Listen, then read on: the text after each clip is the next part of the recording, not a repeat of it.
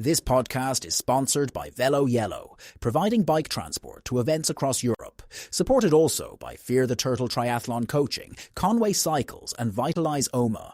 Contact details available in the episode description. You are an Iron Man!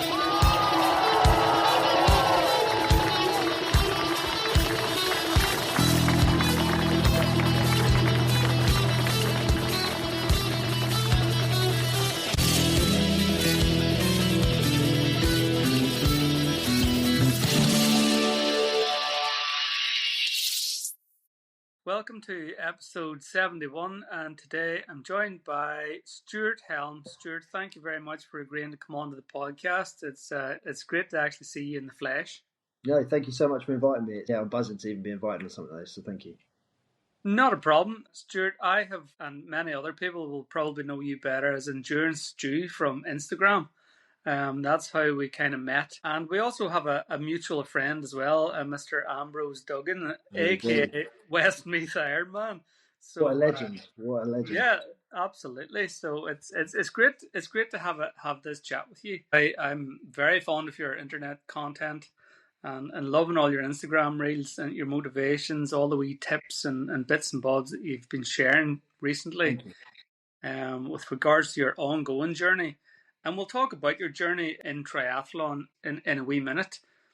Part of this podcast, of course, always looks at the journey and how we got to where we are today. So I'll just throw that open to you, Stuart, wherever you want to start and wherever you feel comfortable. Start. Talk to me about growing up and the times before you were into triathlon. Yeah, well, growing up, I had a great childhood. My family were excellent. I had my mum, my dad, my two sisters. And things were great, my parents were so supportive that we didn't go without anything, and they gave us many options and we could have done anything we wanted. And at a young age, I chose football.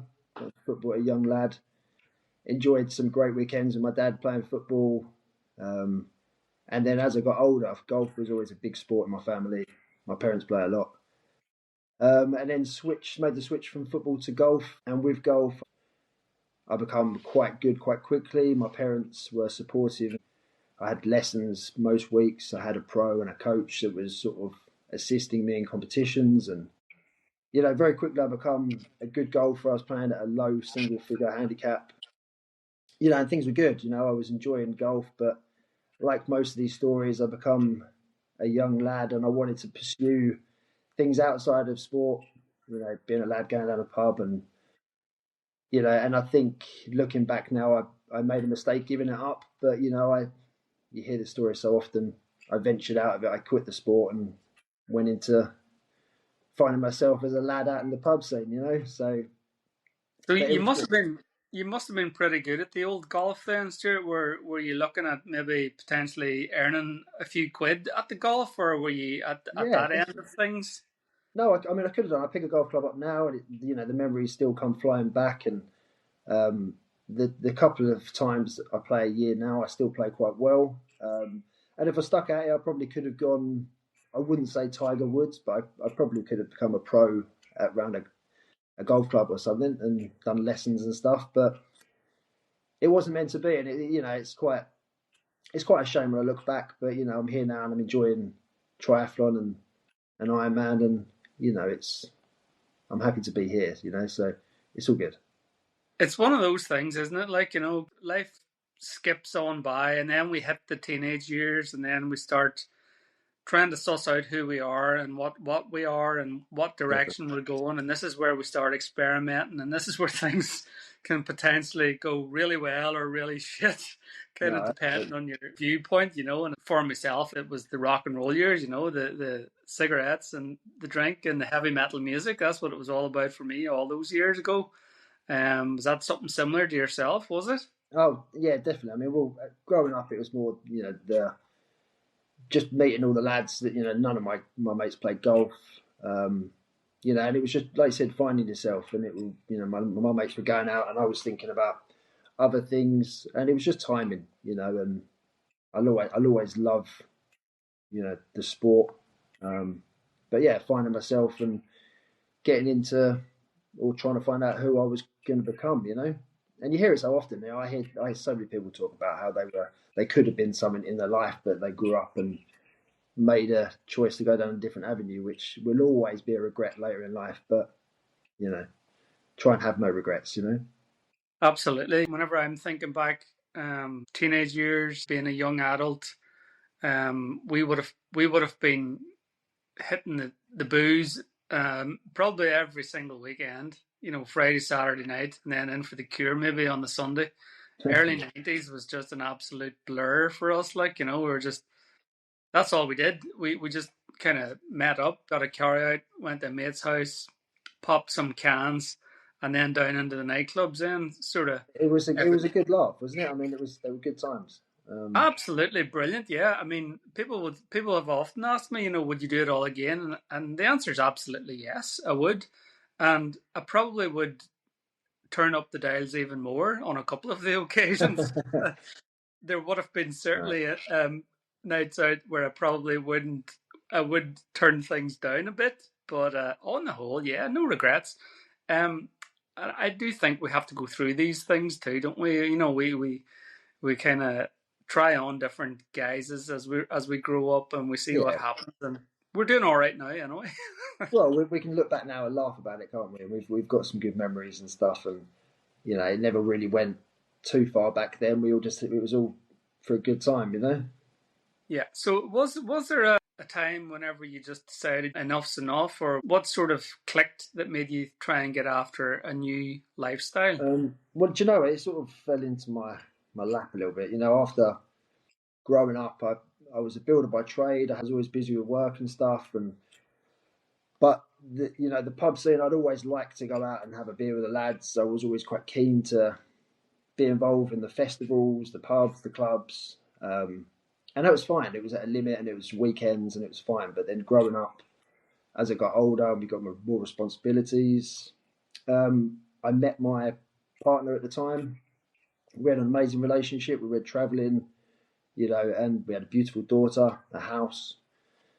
And for whatever reason, I won't go to on here, we split. And I think, you know, it hit me quite hard, you know. And at the time, I didn't realise how hard it affected me. I was putting on this face, and I think all the years of becoming this social drinker, you know, it's sort of all of a sudden become my coping mechanism, you know. And I was trying to deal with something that was quite tough for me at the time, and I sort of used the drink and the parties as more of like a coping mechanism, and it was all for the wrong reasons, and it was um, a very terrible thing to do looking back now, because I didn't really take note of what it was doing, and it really affected me. And the more I look back now, it affected me more than I even knew at the time.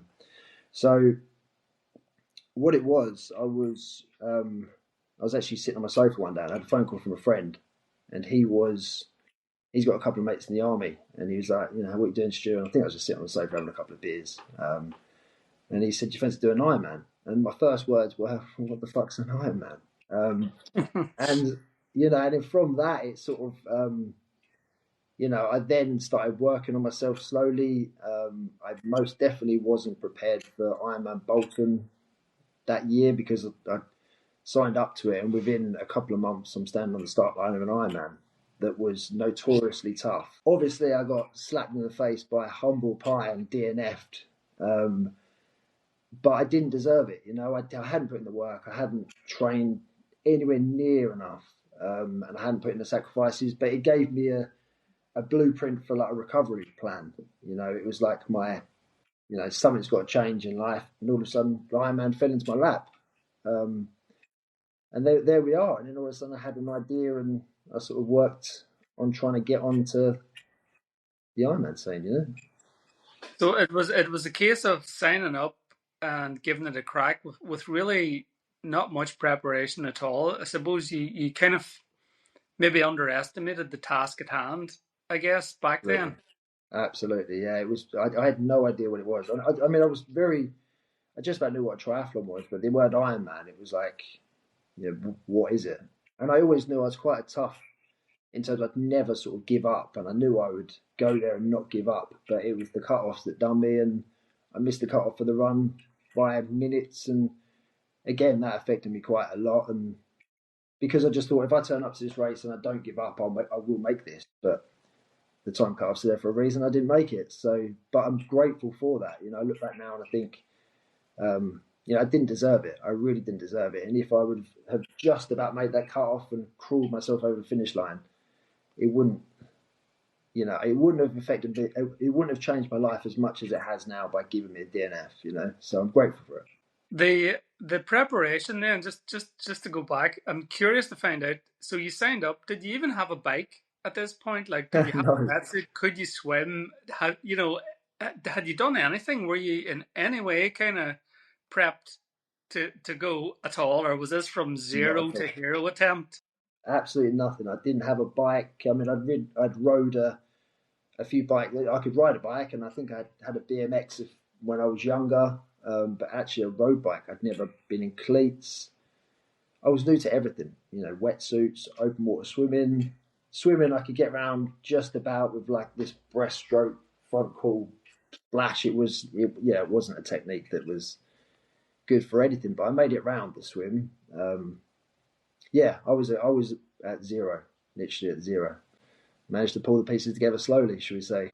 One of the things that struck me about your timeline, Stuart, was that turning point. I think it was towards the end of 2023 when you decided that, you're going to knock the booze on the head, you're going to try and make a change, try and get a bit of purpose and set yourself some goals and some targets. Mm-hmm. And you hit the ground running. And, that really interests me because whenever I took this notion, albeit I was 40 whenever I started to try and get my act together, I found it quite difficult. I was carrying a lot of weight. It was quite unfit. And it took a long time for me to get to any shape of being able to run or bike or swim or any of these things. So you must have been fairly fit anyway and fairly active in the background, or were you? I was smoking for a long time since I was 17. I've been smoking all the way up until when I gave up drinking. When was it? Just over 2 years ago. So that's a long time. I could always run. Even in school, we'd have like 1,500 meters, and I'd always do quite well. Even though I'd be the first one at lunchtime having a cigarette around the back of the bike sheds, But it was more of like a mental. I just would never give up. I had this thing in me where I was like, if I'm going to run, I'm going to run as hard as I can. It was like, and even playing football, I'd be the first person to hit that tackle. I'd be the last one chasing that ball down. It was just like this. I had this dog in me. Whenever I was having a race, it was like I have to prove myself. Mm-hmm. It's quite a skill, but then obviously I need to rein it in. Sometimes it can be, it's not always an advantage to go at 100 miles an hour, but it helped me in terms of some of my races now. But growing up, I think fitness was never my thing. It was more of a mental resilience, shall we say, of just having the energy, When I play football, I was centre mid. Recently I've just quit playing football. I was always centre mid then, just because I could be the only guy that go box to box all game long, And I think the fitness for Ironman more come, I think I had my last blowout drinking was on a works Christmas do on the 22nd of December in 2023. And when I say, Mickey, when I went out that night, I was probably the most drunk guy in London, and it was an embarrassment. And being a father, I look back and I think, if my daughter was, a grown woman looking at me, she would have been like, who is this guy?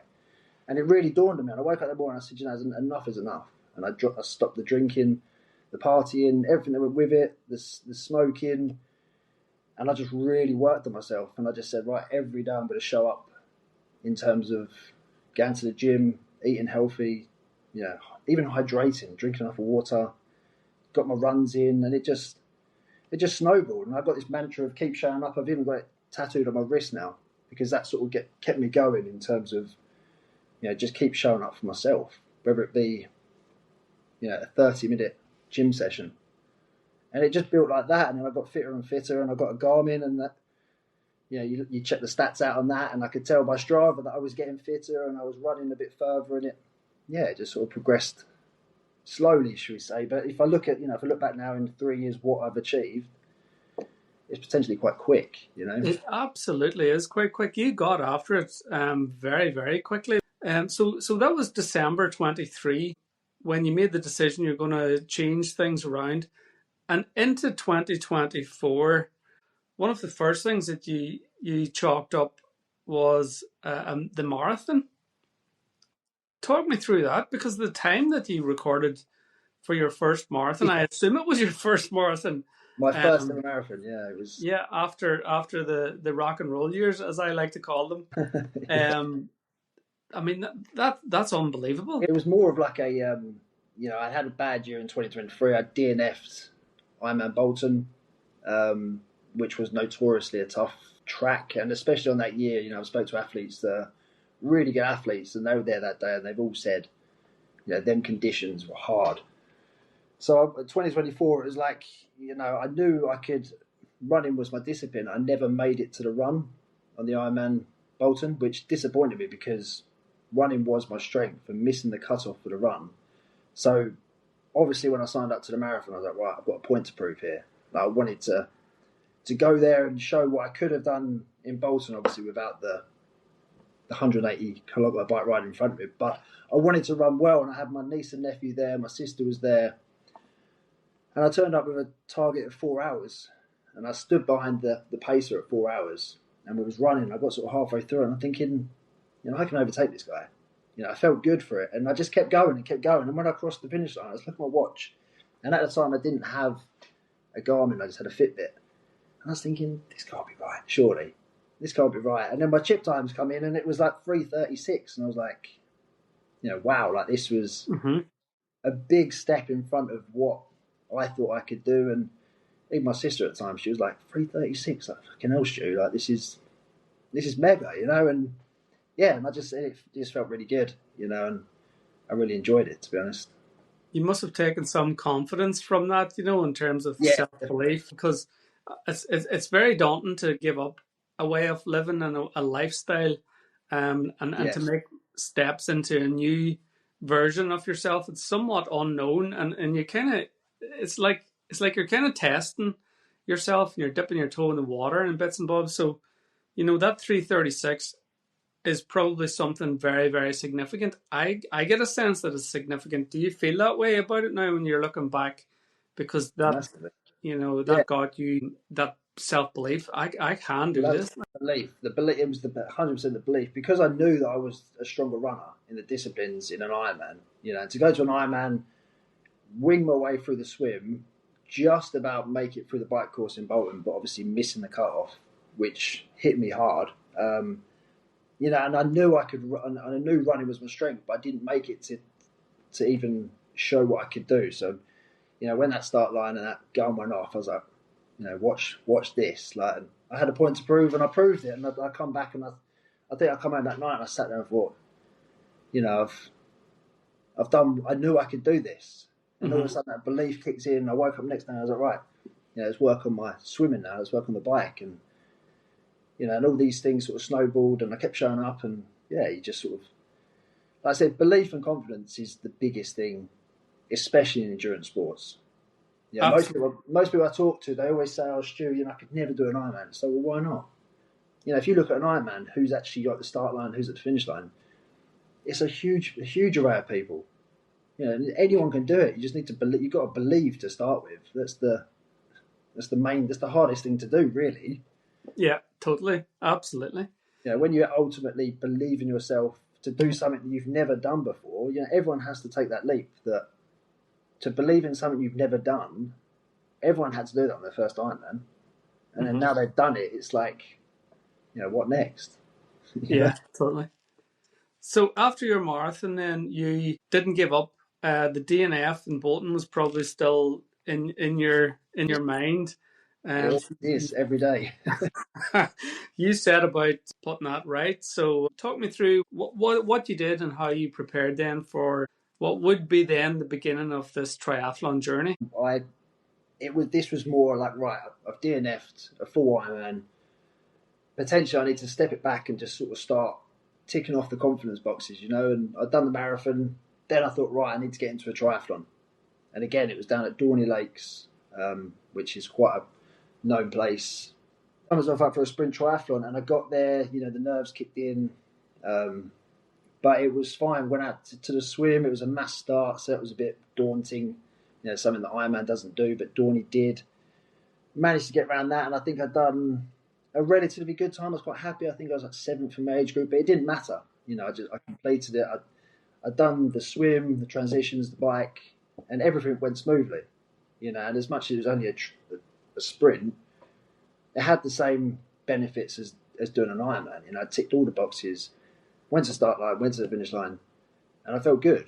You know, and it was a good day, and you know, it was another box ticked in that ladder towards an Ironman. You know. The other thing that particular event did was it gave you the sense of completing, because that was your first completed triathlon. Yes. Yeah.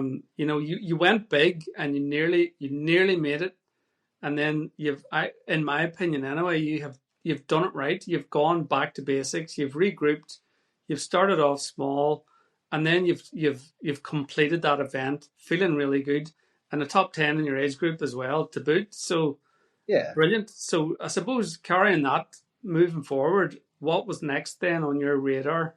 Well, then we had Bolton 70.3, which, you know, I knew I couldn't do the Bolton full because they'd stopped doing it. So it was the 70.3. If it was the full, I would have gone for it, but it wasn't. So we went for that. I trained. At the time, I thought I trained well, which looking back now, I put in some silly hours on some disciplines I probably shouldn't. But you know, we turned up to the race and we got a good race in. It was 6 hours. I had all my family there. It was a very emotional day to even run down the finish line of an Ironman event, even though it was 7.3. It still had huge meaning to me, and you know, Totally. being the same town and getting it done it felt special. I know it was only 7.3. It didn't matter. You know, I'd conquered Ironman. You know, and you know, I had a great race, and I'm quite excited to go back there and race it again because it'll be the first Ironman event I'm doing twice. Brilliant. So to do the whole thing again, knowing I've done it before, will give me huge amounts of confidence. And you know, we've got a huge target there that me and Ambrose have spoke about, and it's quite exciting to go there again, you know, and see what we can do. So yeah. 70.3's it's a big event, and one that prepared you, I feel, really, really well for what would be then your first full distance triathlon. So you went for Ironman Portugal. So this is back in 24. Talk me through the jump up from the Ironman 70.3 up to the Portugal Ironman. And again, it was just the confidence. You know, at this point I was flying. You know, I had a good marathon, the sprint triathlon. Bolton was a success, and I hadn't even booked Portugal. But then I was sitting at home thinking, you know, I've got it in me. I could feel I had it in me. I felt ready for it, and I just looked online. The only one that had any tickets left was Portugal. For some reason, it hadn't sold out that year, and I just booked it, just like that. I went bang, booked it, and I said to myself, right, I'm going to get this. I'm going to get this done, you know. And at the time, you know, I've had a huge support from my family and all that in terms of coming out there and watching me. But Portugal, unfortunately, no one could come out and watch me. You know, they all wanted to, but obviously with me being very impulsive on the booking, you know, I can't expect everyone to follow me around the world all the time. So, yeah, you know, I went there alone, which had its it was weird to be there. Now I've raced all my races with people watching me. To be there alone was a different sort of feeling, but it was almost necessary. It almost had to be that way. You know, I'd done this journey and I'd done all this showing up every morning and every evening on my own. Like, I live mostly on my own unless I have my daughter. You know, and it needed to be that way. You know, looking back now, it was like my own journey. It had to be nipped in the bud right now on my own, you know. And yeah, it was a special race, and Portugal was beautiful. I loved it. It Loved it. reminds me of my first Ironman in Ironman Ireland. I went down to Cork on my own, albeit that there was some club mates and familiar faces there on the day. But I wanted to do that for myself. I wanted that time to myself. Just to think about the journey that I had come on and what lay ahead and just experience the whole thing. And I took great confidence from completing that. It didn't quite go to plan, but you know what? We got over the line, we got the medal and we got the tattoo and away we went. And job done. But you've been showing up for yourself all the time and putting in all the work by yourself most of the time as well. So Ironman is quite a lonely event whenever it comes to race day anyway, because there's nobody there to help you along. You're doing it on your own anyway. So yeah, I mean, like you said, you do it on your own. Like, you have people there that they're cheering you on, and to even hear their voices is a huge boost. But obviously, for 98% of that, or probably even more, you are solely in your own head running this race on the bike. And it's, Portugal, it had to be that way. I like it being that way. And yeah, it will always have a mega place in my heart, Portugal, for that. Talk me through that event just sort of briefly. What was your feelings on it? In terms of swim, bike, and run. Would you recommend it as a venue? Definitely, yeah. I mean, I've never been a really strong swimmer, and I've always had, growing up as a kid, I had a massive fear of the sea. I think growing up watching Jaws on the TV just naturally gives you a fear of the sea. So queuing up for the sea swim, having a massive fear of the sea, not being able to front crawl properly because I'm still teaching myself. I could get around the swim, but I wasn't a very strong swimmer. I'm queuing up for this swim thinking, if I don't make it out of the water, no one even knows I haven't made it out because no one's here. And I was terrified. I was actually really, really terrified. And, I went for it anyway. I was really willing to just risk it all because I wanted it that much. I remember getting out into the sea. You go to that first buoy, you turn left. And as I'm going out there, I'm hearing, like, not trying to put anyone off, but I'm hearing people having problems. And there's people jumping in on the kayaks, pulling people in. And it's like, oh, fucking God, where am I? But then I got halfway around and it all sort of settled. I settled. And it wasn't so bad. And then I got up that jetty, finished the swim, and I breathed. And I was like, I've conquered the biggest thing. Regardless of what happens now, I've done this. And, Mm-hmm. I just felt, it was just ticking. That just ticked a huge box that I've swum a sea swim on my own with no one here watching me. And again, confidence boost. I always get on that bike like, it's all downhill from me. Like, the bike course as well. Correct me if I'm wrong, but does the bike course take in a Formula One racetrack as well in Portugal? yes, yeah. Which That must have been something special. Yeah, I think they call it. Is it Estoril track? Yeah, that was really good. Nice and smooth, some real sort of sweeping bends. Yeah, it was a beautiful track to race around. And the big moment, of course, is the red carpet. Talk me through that. Presumably you rang the bell and milked it a wee bit. It's a phenomenal feeling. It was emotional. Like there was parts of that run. I made the typical mistakes. I got off the bike. I was feeling like I was on cloud nine, so I started sprinting the start of this marathon. Went out way too hard. All of a sudden, I started slowing up. Started towards the end of the race. It was painful. I was in a dark place. Right up to the end of the turnaround point, and it was mentally probably the toughest point I've ever been in my endurance racing. But I kept plodding along. I was sort of doing like a plod walk, trying to make it to the finish line. But as soon as I got to that the crowded area, and I went back over the swim exit over that hill, and it was just lined with crowds. I remember it was like something from a film. It was just lined with crowds, and everyone was just screaming, like, holding their hands out, and I just went bombing down there, high-fiving everyone, rung the bell. And at the time, I think it was the DJ messaged me and said, "Stuart, I've noticed you're in Portugal. What song do you want on?"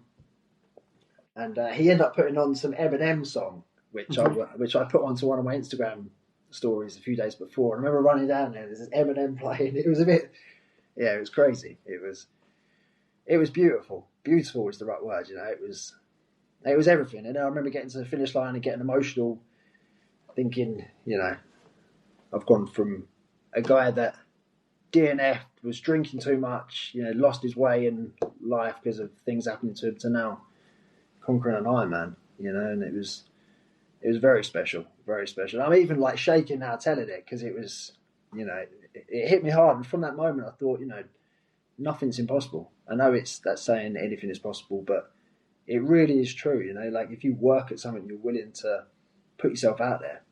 To put myself in that sea on my own, technically, because I didn't have anyone there. Even as scared as I was, I deserved it. Totally.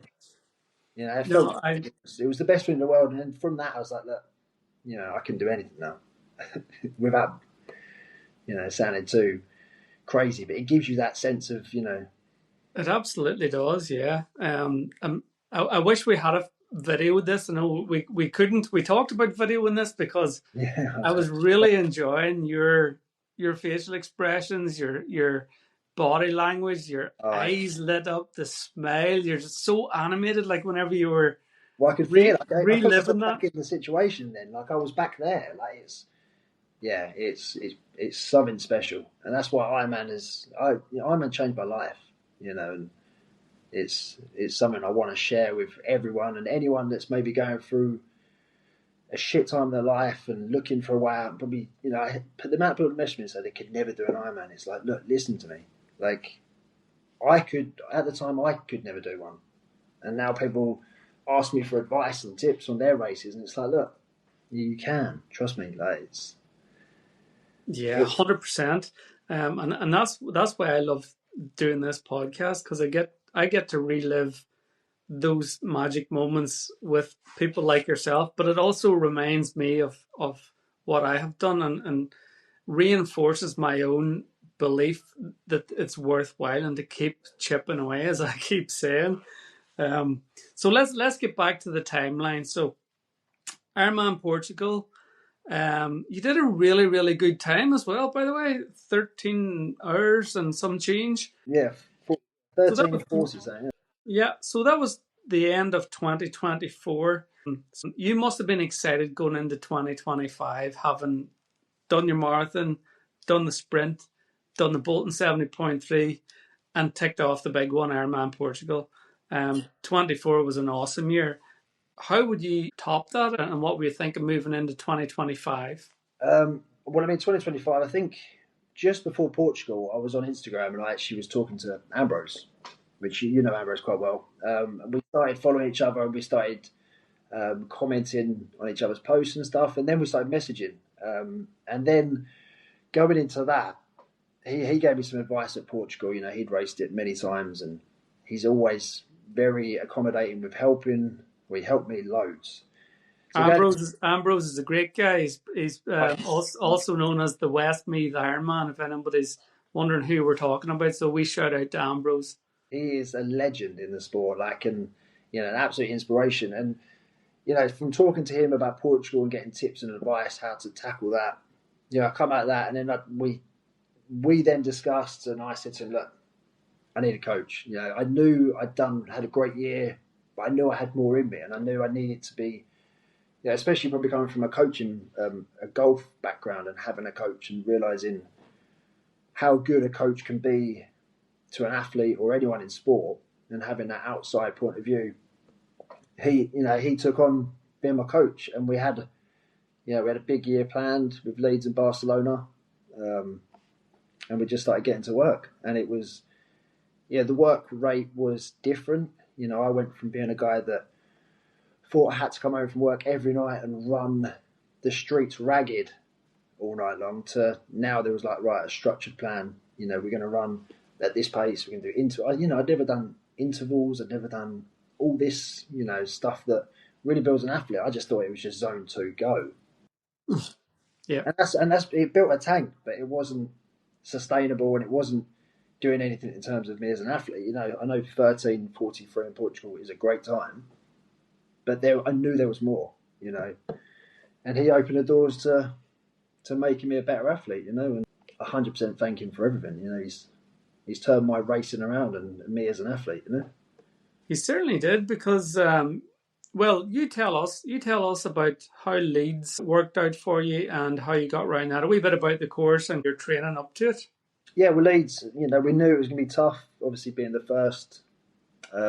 first race at Leeds, big elevation, lake swim. The run course was round a bit of an estate, a little bit sort of, I wouldn't say boring. It was a great race. I thought Leeds was brilliant. And when I heard that potentially it wasn't going to run again, I was a little bit disappointed because it's one I want to go back to. But I think they've sorted their things out. I think they had some issues with traffic or the roads. I don't know. But yeah, Leeds was really good and I loved it. It was all located around Roundhay Park. So yeah, that had everything. My family were there. My mum and dad were supporting, and it was easy for them to get round the track and make sure they saw me, supported me, and it just had everything. And leading up to that, like I said, we put in the work. We put in, or Ambrose put in, a good plan for my training, and we went there. We had a good target. I think at the time it was like a sub 13 or something, which Ambrose said. And at the time I was like, really? Like, because we heard about how tough the course was going to be. Yeah, the bike course particularly, yeah.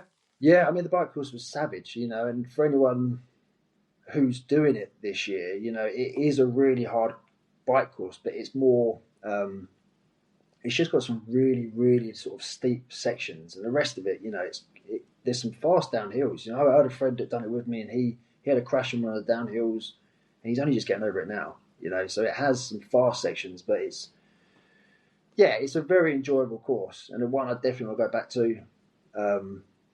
We put in a proper training plan. We worked on it. We worked on my bike because my bike wasn't strong enough, from what we had in Portugal. And Ambrose knew that. He saw that. We've done a lot of sort of turbo work. Got on the indoor bike, and he gave me some skills and some techniques, and especially fueling. My fueling in Portugal was pretty poor considering. The time I put in, my fueling, knowing a lot more about fueling now, my fueling for Portugal was, how I even made it the time I did is surprising, but we worked on it and it's, the time showed. Brilliant stuff. You got round it in under the 13 hours. I know you recorded a 12-hour 52, is that right? Yes, yeah. Absolutely amazing.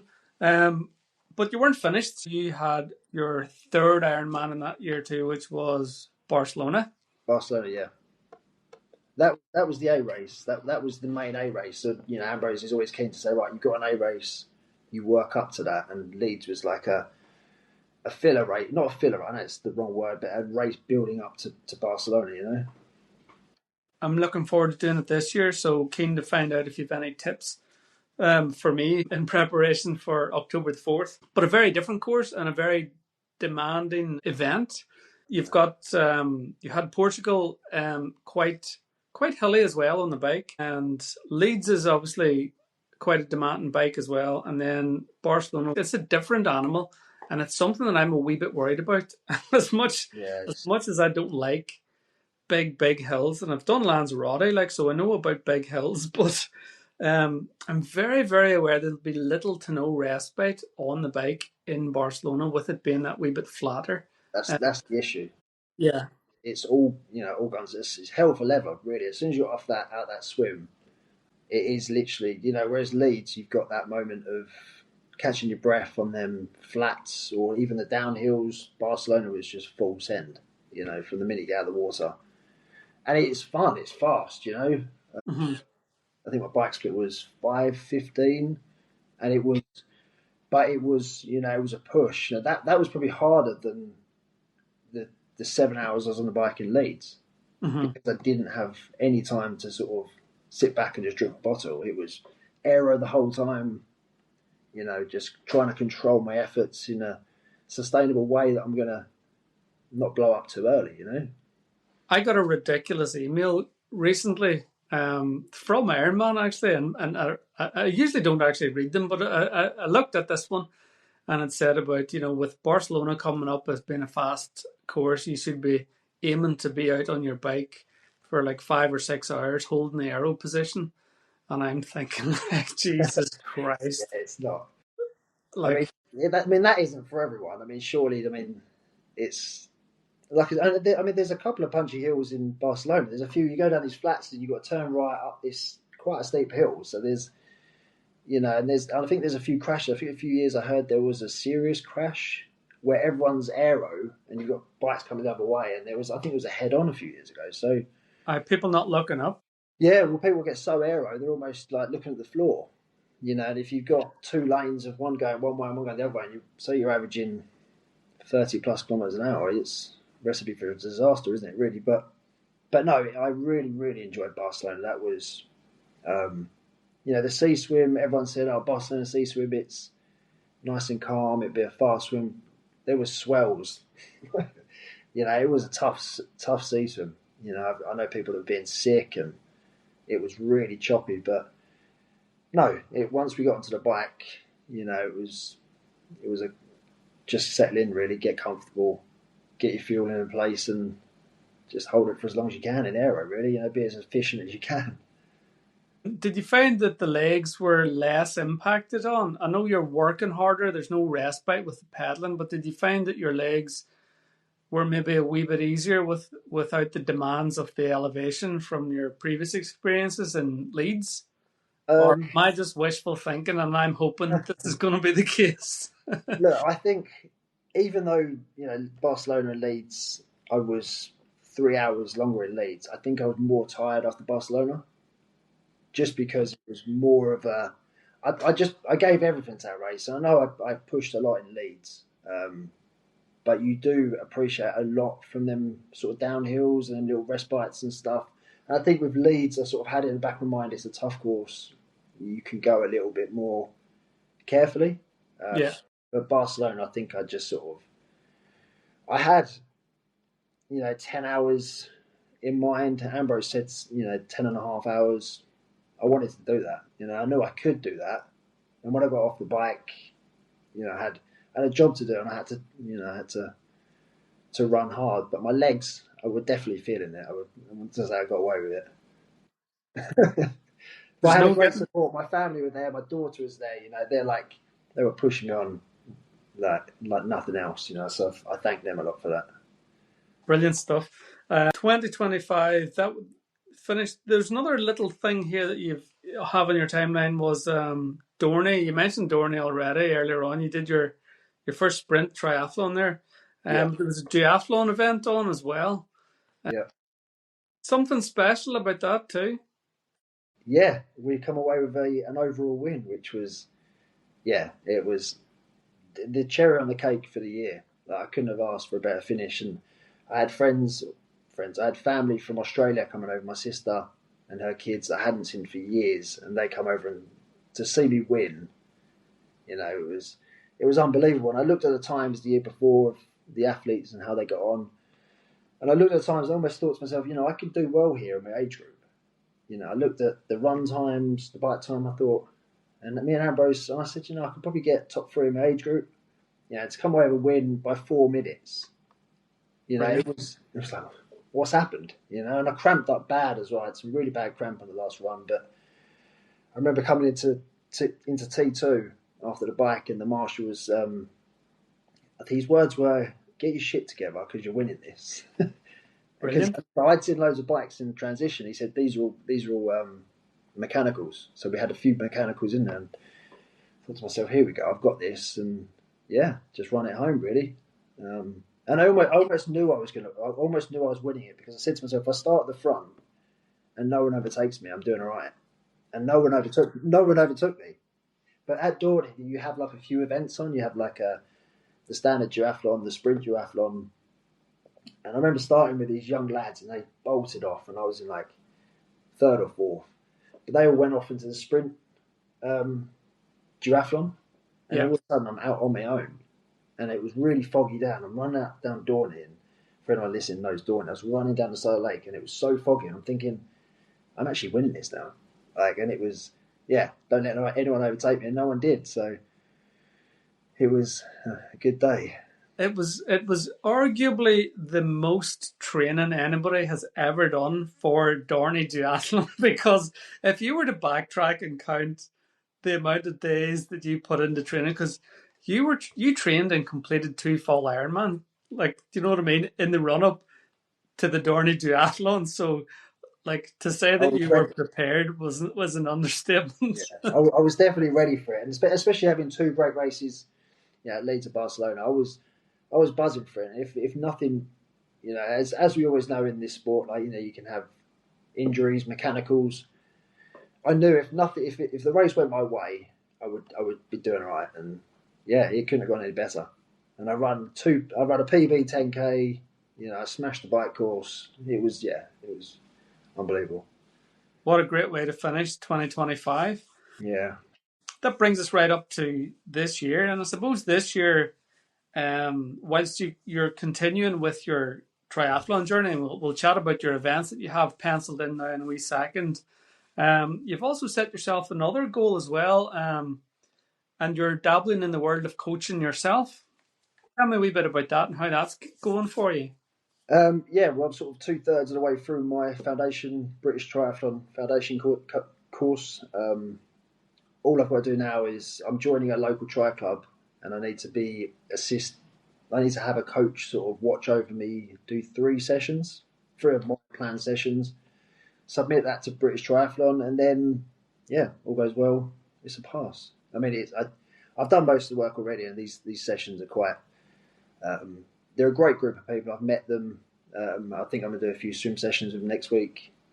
Yeah, really excited to get that done and progress into level 1 and level 2. Brilliant stuff. And no better man too, because when you've been there, done that, gone from zero to hero, that's qualification enough. But to back that up with the coaching qualification is going to make you a really, really useful guy to get in touch with. So Yeah, best of luck with that. thank you. No, it's good. I mean, I just want to give back. This sport has really changed my life, and to see how much it's affected me and how much it's changed me, and it's made me so much more driven. It's made, even my daughter now. She's part of a run club. She's done a triathlon. My parents are now swimming. Like, this sport is contagious. Mm-hmm. I want to give back, and even if it means going to a tri club for an hour or 2 a week and coaching some kids voluntarily, it would be great for me, and it's great for the sport. And Yeah, it's I want to pick up, obviously, I want to get into the whole scene of it. I don't just want to be just the athlete. I want to be the coach as well. it's a fantastic sport, and it opens up so many avenues for you. It introduces you to so many people, the community, online, offline, and all the rest. And just that, the way it filters through to the family, the way you said there, your daughter's doing a bit of running and all. Incidentally, myself and my son finished the Omagh Half Marathon, both picking up PBs today. So that idea that monkey see, monkey do. Of So course, yeah. absolutely fantastic. So let's get back on track then. 2026, what is in the pipeline then for endurance, Stu, for 2026? It's a big year. We've got Lanzarote in 8 weeks. Obviously, notoriously a tough track, as you can probably tell me. Yeah, it's a tough day. What's your tactics for Lanzarote? Hold on Curious to to your find life and don't get blown off the bike. out. I'm just trying to build up my forearms. I'm in the gym doing weights because it's going to be a tough day. I think everyone in their dog at the moment is over in Lanzarote doing a training camp, except for myself. But everyone I've spoken to is saying how tough it is. I know it's not going to be easy, and I'm just excited to go over there and see what I can do on such a tough event, because I want to prove myself in this sport, and I want to get closer and closer. The goal is Kona. I want to. It used to be like, can I even say that? But why not? I've progressed enough, and I think I want to turn up to these big events and see what I can do. Brilliant stuff. Yeah. Tough and all as Lanzarote is. It's absolutely epic. Yeah. It's a beautiful island. It's a fantastic course, and the atmosphere's I hear they go crazy over, like, even the locals are really involved with it, and Yeah, you'll really enjoy the run. You've got a long out and back at the start out to the airport and back in, but then you've got two shorter out and backs, and you're running past the main strip, the beachfront main strip in Puerto del Carmen in Lanzarote, and there's loads of pubs and cafes and It's all going to be sorts of exciting. stuff. Oh, it's a real party, yeah. And the finish line is just Epic. I've seen a lot of pictures, yeah. it's unreal. It really is. The atmosphere and the pump of it and the vibes bouncing, and it's a phenomenal event. Well, it will soon come around. Like I said, 8 weeks. It's flying around. It really is. I haven't even booked my accommodation yet, which is quite crazy. But yeah, it's going to be here soon. Best of luck for that. What about later on in the year? We got Lanzarote, and then 2 weeks after it's Bolton 70.3. Back to Bolton, yeah. Back to Bolton, which the first event which I'll be doing for the second time. So I'm quite excited to see what I can do on a course that I've done before. Quite nice to have that edge over the place, because all Ironman courses, most of Ironman, when you've never raced or even done a recce of the course, it's all new territory, and that takes a little bit to suss out. And I think if you've done a track a couple of times, you've got some serious homework on the place. And I'm looking forward to Bolton, definitely. I just hope that I'm going to give it a good slap in Lanzarote, but I want to make sure I'm race fit for that, because like I said, I want to turn up, Yeah. Bolton, did you say it's only 2 weeks after Lanzarote? Yes, it's I believe, yeah, it's just over 2 weeks. Yeah. So are you planning on attacking that like you did first time round, or are you going to give yourself a wee bit of leeway with regards, for the Bolton 70.3, so close after a very, Yeah. very demanding I Lanzarote? mean, when I done Leeds, 2 weeks afterwards, I was fine. Like, I was in a good spot. Like, I was, me and others have said, this, it could go both ways. I could either be I could either be feeling it, or I could be seriously race fit, which, it could work in my advantage. And I'm hoping it's going to be the race fit. After Leeds, 2 weeks later, I could have turned up to an event then and pulled something off, because I felt it was the confidence. Again, if I have a good race in Lanzarote and I'm not injured and I haven't got any niggles, I'll turn up to Bolton and give it a good go, I reckon. Yeah. You'll be good to go. Your other big event this year is Wales. The main event, yeah, that's the A race. That's your A race. A lot of people that do Wales do exactly what you're doing. They'll do Lanzarote early doors, carry that training, carry those miles, build on that throughout the year, and then take all of that, all of the above, pack all that, and bring it to Tembe.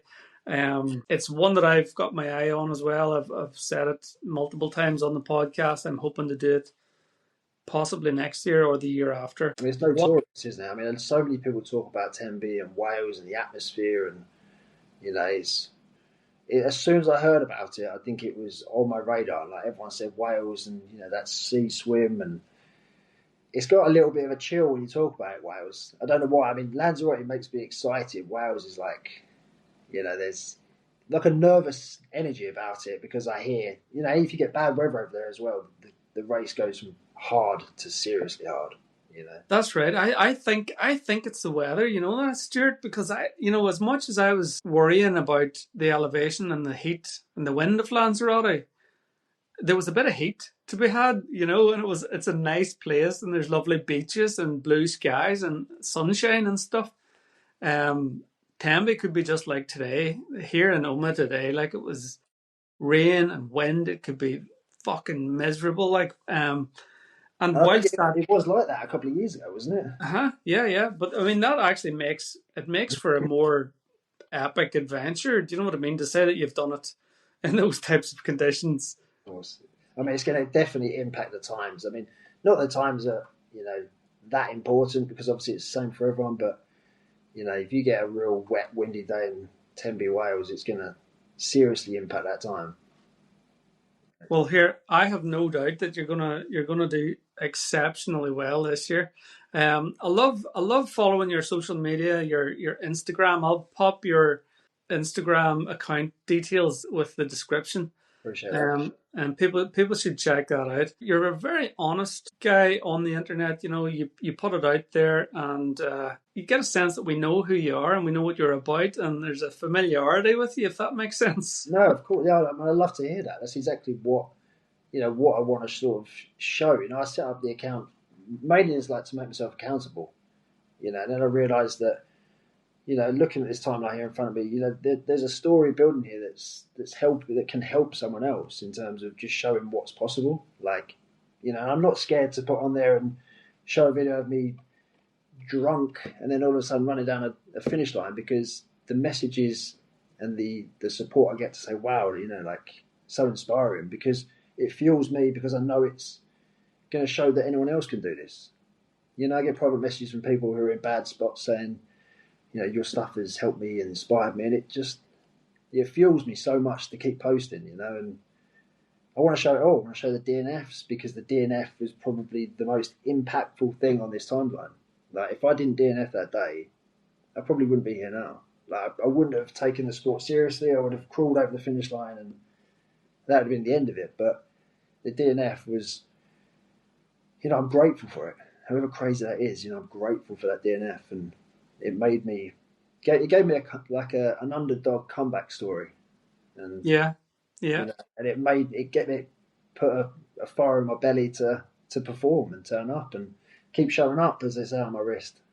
It's been good, and I'm happy to share it all. Do you think that had you not have DNF'd on that first one, that you might have given yourself a wee pat in the back and thought, right, well, that's that done. What am I going to do now? Do you think you might have done that? Well, maybe. I mean, it hit me hard. The DNF, I think it hit me harder than I thought. Like, I was drinking, and then I randomly stepped into Ironman. My training before my first Ironman was, I think I'd done a couple of 10Ks, a handful of bike rides, and I swam 10 times. That was it. And then I turned up to an Ironman, DNF'd. Mentally thought, had I DNF, I didn't give up. And I sat on that bike for 9.5 hours in Bolton. But I still DNF'd. I was like, how did this happen? But to see my family and my daughter at that T2 and, I couldn't progress, hit me harder than I thought. And then I went back, stepped back into drinking, being a bit of a bum and sort of a waster, really. And then it took me to really then dial it back in. And, I thought to myself, I got so close, and the comeback story was on. It was like, watch this. Brilliant stuff. And that's what I plan to do. I plan on continuing to watch you. I might even ask you to call back onto the podcast, maybe. Oh, I'd love to, yeah. I've got a couple of guys lined up, potentially for after Lanzarote, a couple of ex-guests. So I might throw that invitation out to yourself too, maybe, if you didn't. 100%. I'll definitely be there, yeah, definitely. Cool. Brilliant. Fingers crossed we have a good race that we can talk about, eh? Hi. Well, absolutely. No, you will love it. Absolutely love it. So I have two very experienced people that are doing it. One's doing a very significant milestone. Another one's going out there as part of an ongoing journey. And if you come back on and have a chat about it, we can have the three guys back on, and we'll do a Lanzarote review of 2026. That would be pretty cool. Good man. Stuart, all I want to do now is wish you the very best of luck for the rest of the year. Hopefully all your training goes according to plan. You're going to love Lanzarote. No doubt that Bolton will be even easier this time round, and really, really looking forward to seeing how you get on in Wales. Keep showing up. Keep showing up. Seems to be the perfect ending for this one. What do you think? Yeah, definitely. No, thank you so much for having me. It's been great to talk about the story now.